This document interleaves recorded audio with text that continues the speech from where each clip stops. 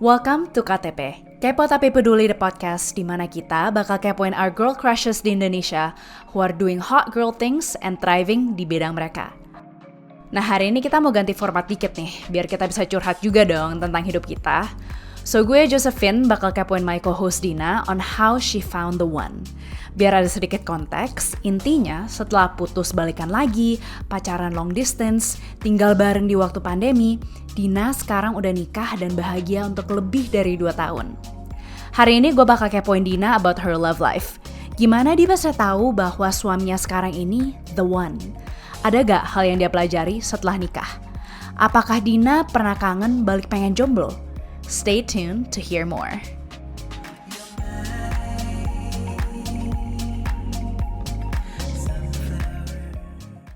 Nah, Din, kita mulai aja deh untuk teman-teman yang nggak tahu, quick recap aja gitu ya, gimana lo ketemu Steve dan perjalanan cerita cinta lo sama suami lo sekarang. Okay, so actually the story of me meeting Steve tuh lucu banget sih. Jadi gue ketemu Steve di tahun abis gue kuliah. Jadi gue masih di LA, masih kerja. Hari itu gue sama teman-teman gue decide to go to this day party di downtown LA. And teman-temannya Steve kenal sama teman-teman gue. Terus kita gabung lah jadi grup yang besar gitu on the dance floor. Nah, pas lagi the day party, si Steve tuh beride gitu. Ide apa nih? Dia tukar kacamata gue sama dia, and we just did the whole day of dancing with each other's sunnies on. Dan pas gue pamitan, itu pas kita tukeran nama. Pas udah pamitan, kayak oh ya udah kayak what's your number segala macam, tukeran nomor segala macam. The actual meet up for the first date itu jadi kayak ngelesnya tuh kita tukeran balik nih our sunnies. Wah, mantap ya. And that's actually my grandma's favorite story. So that's how we met. Jadi emang dari awal tuh temen-temen kita ada di sana semua. And actually pas kita wedding di Jakarta, terus di Bali sama temen-temen, itu semua like I think 90% of the friend groups there was from that first day we met. So it was really like full circle, which is really fun. Jadi kita abis first date, and that was the summer in LA, summer of 2017. That summer when Steven was asking me out on during the weekends, I was always available because I'm like, I got nothing better to do, so let's go. Jadi gue available banget nih, and usually I'm not like as free as this. Kayak gue biasanya kalau dating orang tuh kayak selalu jual mahal, kayak Sibuk, banyak kerjaan.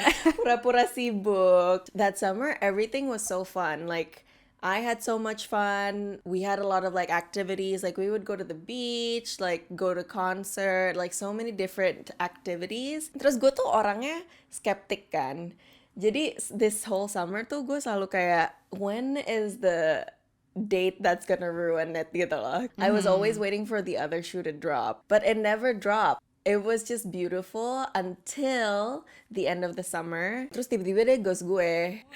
Tiba-tiba menghilang. Anjing nih orang, masa tiba-tiba abis 3 bulan baru ngilang. Dan ini the only red flag that I've seen.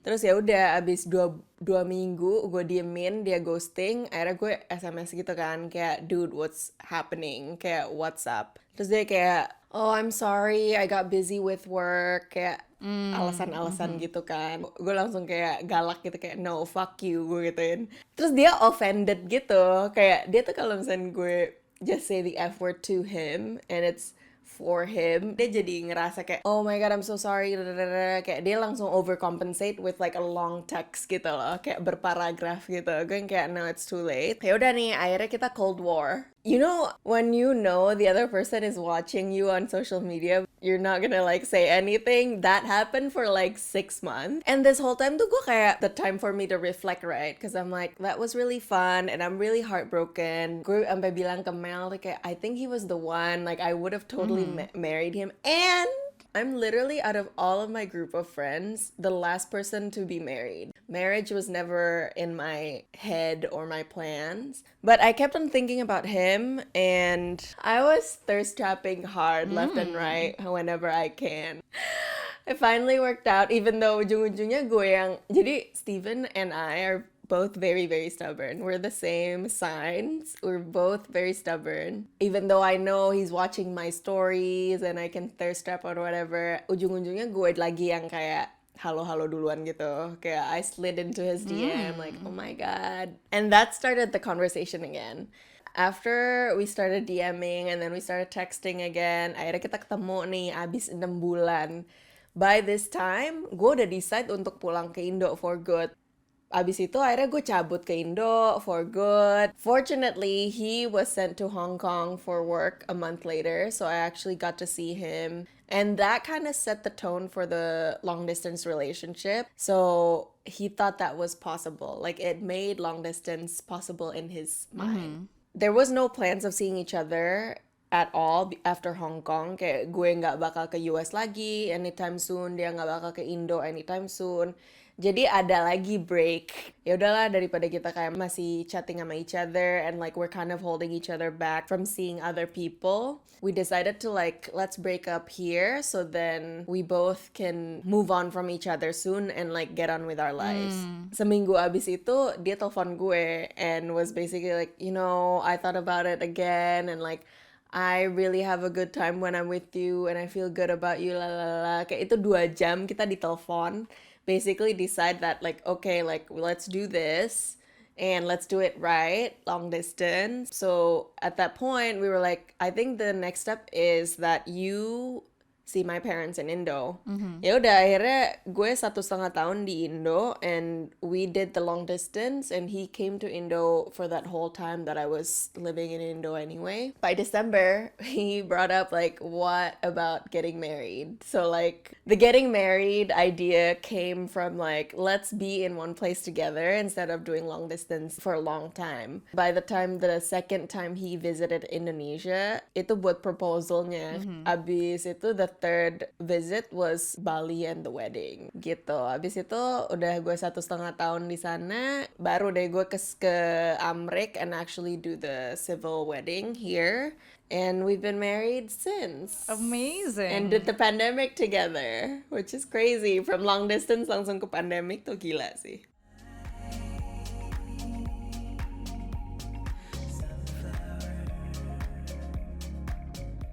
Kan lo sempat putus beberapa kali gitu ya. Yep. Apa yang membuat lo memberi Steve kesempatan kedua padahal lo udah go through this like roller coaster of emotions? Like how did you know that you wanted to give him a second chance? Good question. For the whole time that I was in LA and I gave him more chances, that wasn't me thinking at all. It was me being driven by my feelings. Emang niat gue, I just want to see him again, thinking that would make me feel better. And to be honest, there were times pas lagi gue di ghosting gitu, terus kita kayak adalah momen-momen yang gue ketemu cuman sekali terus balik lagi ghosting lagi. Kayak ada gitu loh momen-momen yang kita kayak ketemuan gak jelas. And that did not make me feel good. Biasanya kayak orang putus atau lagi obsesi sama orang lain and you just wanna meet to feel your impulses gak sih? Karena lo ada rasa impulse and you just wanna fulfill it. Terus lo ketemu and you don't come home and you don't feel better. You know, like you feel more lonely if anything gitu loh. And I think gue selalu ada hope that, dude, I think if anything, if I will ever get married, like he's the one. Karena our values align. Kayak waktu itu tuh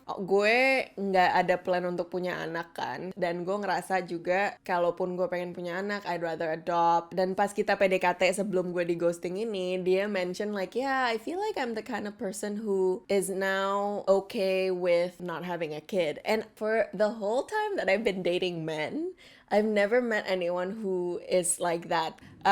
So when Steven said that was one of the things that I was like, ooh, like he might be the one because like we're so aligned on that thing. And I also think when I met Steven, he just broke up with his ex 2 weeks before. And I think when we met 2 weeks later, dia tuh belum kayak ada mourning period gitu loh. Belum think about the breakup, reflect on the breakup. And I'm sure he knows this too. That pas kita ketemu tuh, I was supposed to be the rebound girl. Gue datang ke hidupnya, just kayaknya niatnya tuh gue jadi pelariannya. Cuman, obviously I'm like way more cooler than that. Jadi habis itu, yang mestinya gue jadi rebound, dia kayaknya otaknya tuh, loh kok ini seru banget. Jadi malah potensi-potensi untuk long term, padahal mestinya jadi rebound. Akhirnya ghosting lah. So that, I think was what happened. Dia ghostingnya tuh bukan karena alasan-alasan fuckboy biasa gitu loh, Beb. I think he's the type type yang kayak lumayan open to feeling and reflecting on those feelings instead of yang just think. And pas kita quote-unquote balikan juga, gue come back to those relationship lebih critical juga sih. I have some of my expectations and like kalau dia nggak meet those expectations, like gue lumayan kayak ya udah bye gitu loh. And I think he was able to meet those expectations as soon as I communicated it to him gitu loh. That's why I thought he might be the one that this could work long term gitu loh, as a partnership essentially. Ada gak penemuan baru yang lo pelajarin tentang diri lo sendiri atau hal-hal yang lo pelajari gitu pas lo gak barengan? Soalnya kan lo tadi mention yang kayak oke, gue ada ekspektasi nih sekarang. Apa sih yang lo pelajari semuanya berubah gitu loh ketika lo gak bareng dan akhirnya barengan lagi? Actually, I'm definitely way more of a thinker than a feeler this whole time before I met Steve. And I truly never thought that I could love someone that hard. Like me in relationship tuh lebih kayak black and white gitu biasanya. Kayak can you give me something? If you can give me something, then let's do it. Like there has to be like a give and take. But when I met Steven tuh gue kayak oh my god, like I would love to like give whatever I can for this person gitu loh in this relationship. So when we were like broken up, never realized like how much I could love another human being besides like my parents or my family gitu loh. Kayak I was not a selfish person with Steven. Because me growing up until like at that time gue 23, I was always selfish. I was just always thinking about me, about what I want. And there I was like, I would do so many things just to like keep this person happy within reasons, obviously. I never felt something like this for another person, which is insane. Timing itu beneran everything ya, karena mungkin aja lo bisa ketemu orang yang cocok banget sama lo, tapi mungkin timing di your life itu gak align. Iya benar. Dan akhirnya lo juga gak bisa gitu kan sama orangnya. Sometimes it might be the right person but the wrong timing. Yes. Karena kadang-kadang lo bisa denger orang yang kayak, aduh, what if I meet this person another like 5-10 years but like you didn't. Yeah. So there's a reason for that, Yeah. right? Walaupun lo cocok banget sama orangnya, tapi kalau misalnya lo emang waktunya gak pas gitu ya mungkin lo juga mungkin nggak takdir. Iya benar. Dan sometimes juga timingnya tuh can work on our favor. Karena lu mungkin ketemu sama seseorang dan lu masih belum mature lah intinya ya nggak sih? Kayak lu belum wise, belum mature. Jadi kayak sometimes you need to be separated to like learn on your own and then come back as a better unit nggak sih? Setuju. Dan kalau misalnya kalian mau denger yang lebih technical gitu, jangan lupa dengerin episode kita sama Karina ya. Yes. Kan kita ada ngomongin dikit nih episode kita sama Karina. Pas banget dimana kita ngobrolin gitu ya. Mungkin gak sih kita balikan sama mantan? Mungkin gak sih kita bisa menjalin hubungan cinta yang sempat putus gitu, bisa balikan? Sebenarnya mungkin, cuma like what you said, kita harus work on ourselves gitu ya, sebelum kita bisa sayang sama orang lain. Betul. Nah kan setelah lu udah menjalani pengalaman yang manis dan pahit ini, lo ada gak nasehat yang bisa lo berikan kepada teman-teman yang mungkin lagi putus cinta sekarang dan masih mikirin mantan? I have a lot of friends who come to me with their relationship problems, so I always tell them to take the time to actually feel and mourn. Face your fears aja sih, karena mungkin apalagi sekarang ya with the internet and there's so many distractions out there. Menurut gue penting sih untuk ambil waktu ini to just sit with yourself, kayak lu sendiri aja, lu ngerasain semua perasaan-perasaan pahit ini, kayak all the heartbreaks, all the pain, and you will definitely feel better after you feel all the feels. And take the time to reflect with that. Abis lu udah nangis-nangis, usually I like to journal a lot, so pas gue lagi di ghosting, kayak I was journaling every day, kayak unek-unek gue, like all the things I wish I could have said, semua gue tulis, terus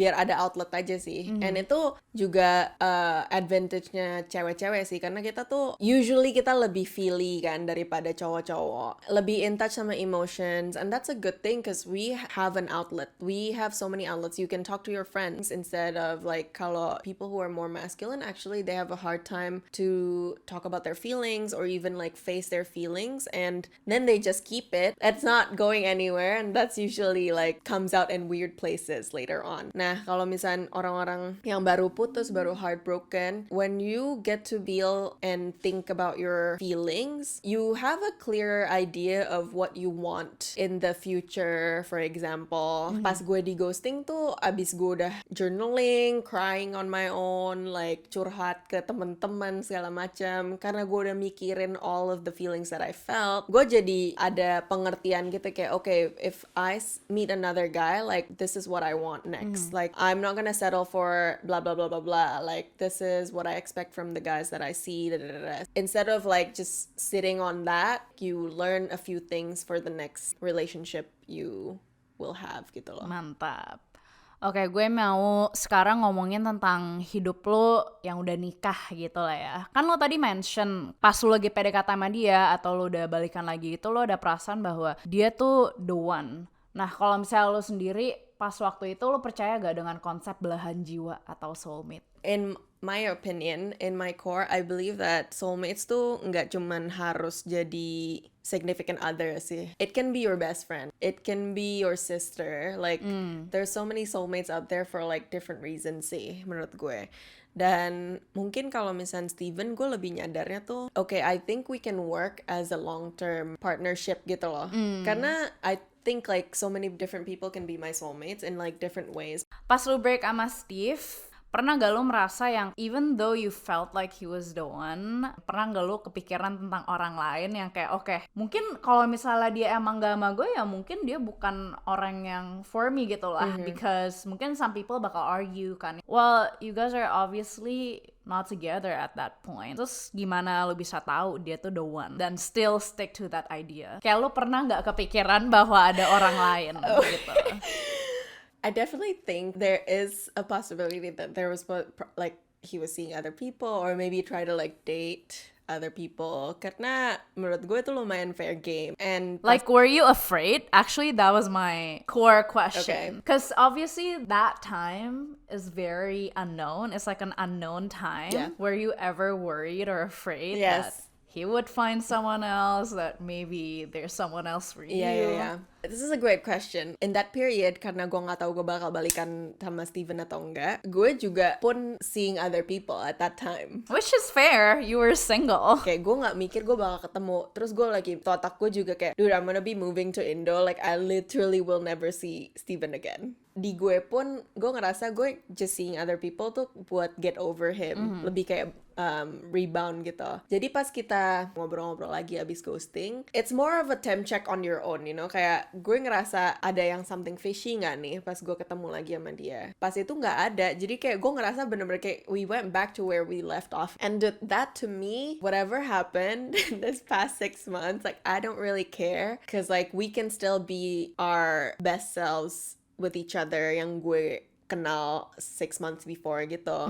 Do I fear like there could be someone else for me or for him? Yeah, maybe, but I kind of dated around a lot and I've dated a lot of people then and I don't really think I would find anyone. Not that I was always trying to find anyone better, cuman menurut gue kayak after my experiences, like he's definitely embodies what I want in a partner gitu loh. Jadi gue gak ngerasa yang kayak, oh my god, I wish I dated around more and like wish maybe there's someone else better than that, karena like I have a good amount of sample size gitu to like udah sampling ya, udah sampling, udah cobain sana sini ABCD. Udah ada sample yang menurut gue kayak no, like this is what I want in a partner. And what's meant to be itu meant to be sih. Kalau misalnya emang lu bakal serak sama orangnya ya, you know, you will find your way back to each other. Yeah, inshallah. Gak perlu dipaksa gitu kan ya. Yeah, and I feel like that's also the thing about dating, right? Like you're trying to figure out this is what I like and this is what I don't like. And menurut gue problemnya kayak gitu. Apalagi sekarang ada apps dan kayak it's so easy to like find other people ya. Tentu selalu bakal ada opsi gitu. But honestly, like untuk mencari seseorang yang you actually really really like dan bisa see a future with itu sebenarnya gak gampang sih ya. Sebenarnya itu susah banget. Gak segampang yang orang kira. Walaupun opsinya banyak kan, there's a lot of fish in the sea. Cuma the right fish itu sebenarnya nyarinya susah ya. Yeah. You know about the secretary's dilemma? What is it? Essentially, jadi gini, misalkan lu hiring a secretary dan lu ada 100 resume di meja lo. How do you pick the best resume? But the rule is that like once you look at the resume, lu cuman boleh decide yes or no. Jadi lu cuman bisa lihat, baca nih 100 resume ini, baca sekali, terus you decide yes or no. I don't know, that's tough. Okay, so for this case, essentially, like, you're not gonna hire 50 secretaries. You just have to pick one. Basically, you read half, you take half, you read half, just to get a sense of what the pool is like.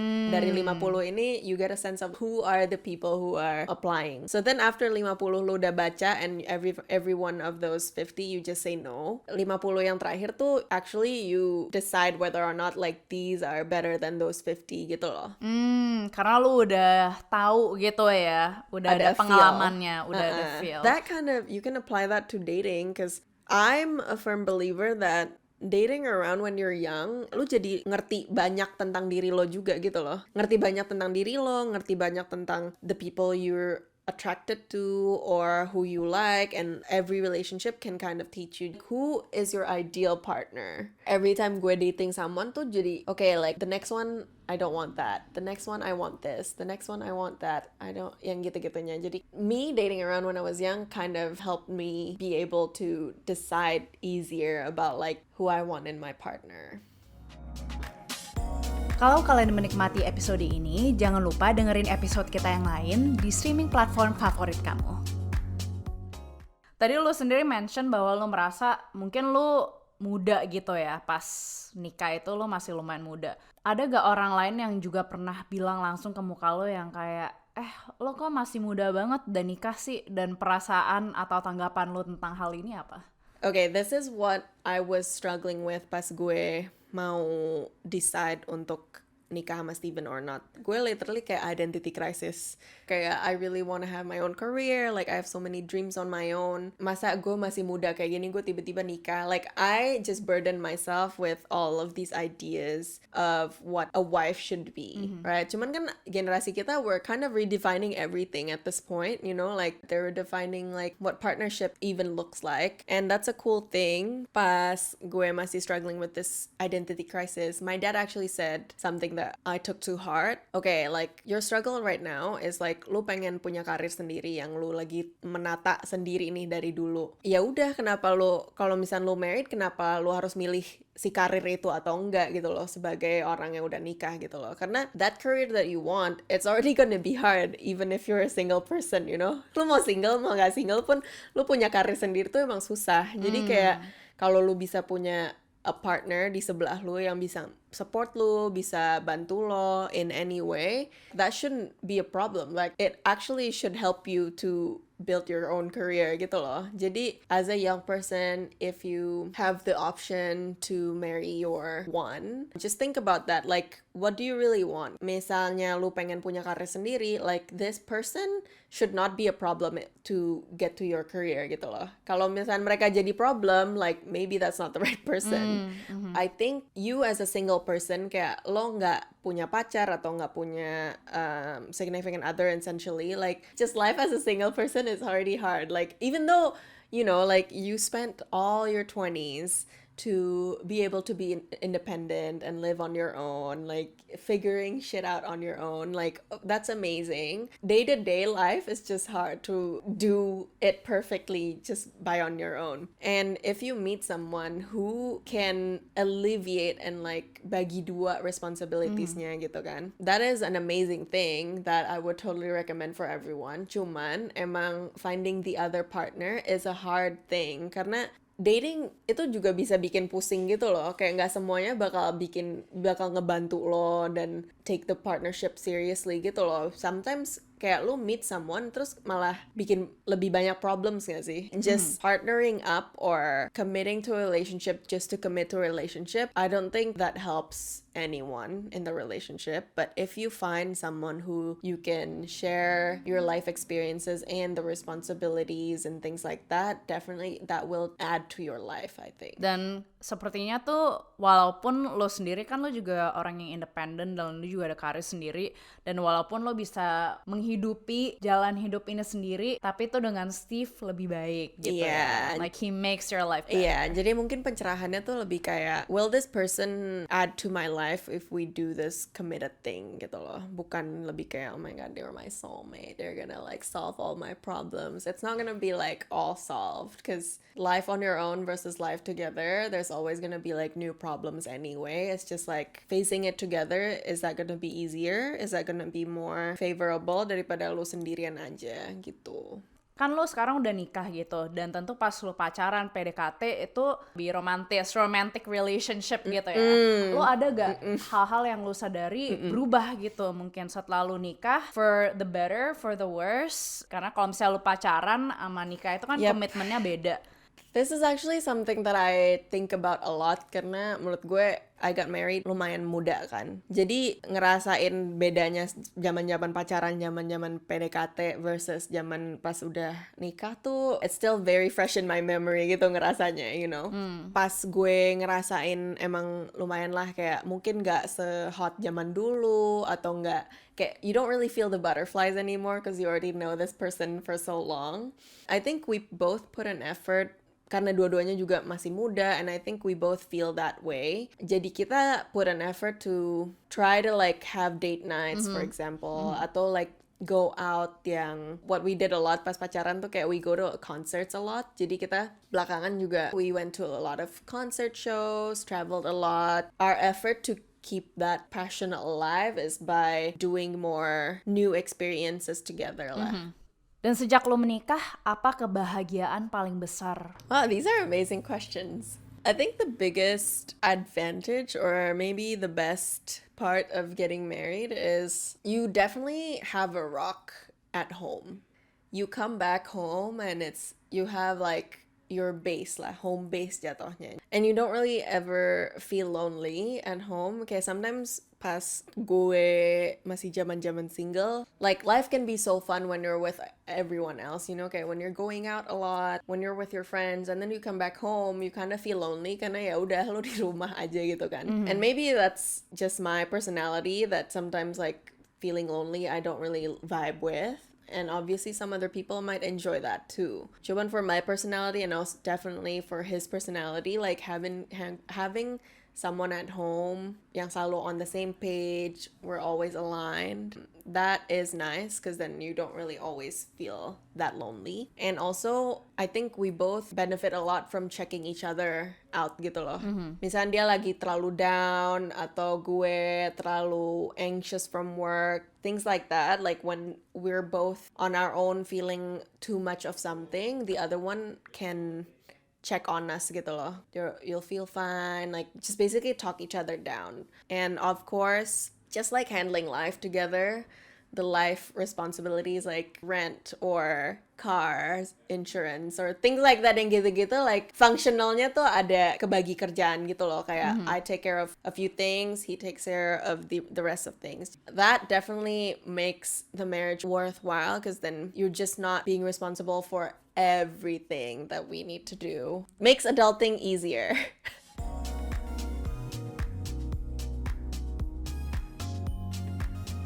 Well, thank you Dina udah sharing semua cerita-cerita tentang cerita cinta lo gitu ya, and how you found one. Dan ini pertanyaan terakhir untuk menutup percakapan kita. Apa yang membuat hubungan lo berhasil? Tentu orang-orang pengen tahu dong, like so far gitu, gimana, how do you make your marriage work? Dan hal apa yang lo lakukan untuk mastiin bahwa pernikahan lo bakal lancar dan langgeng? Very juicy.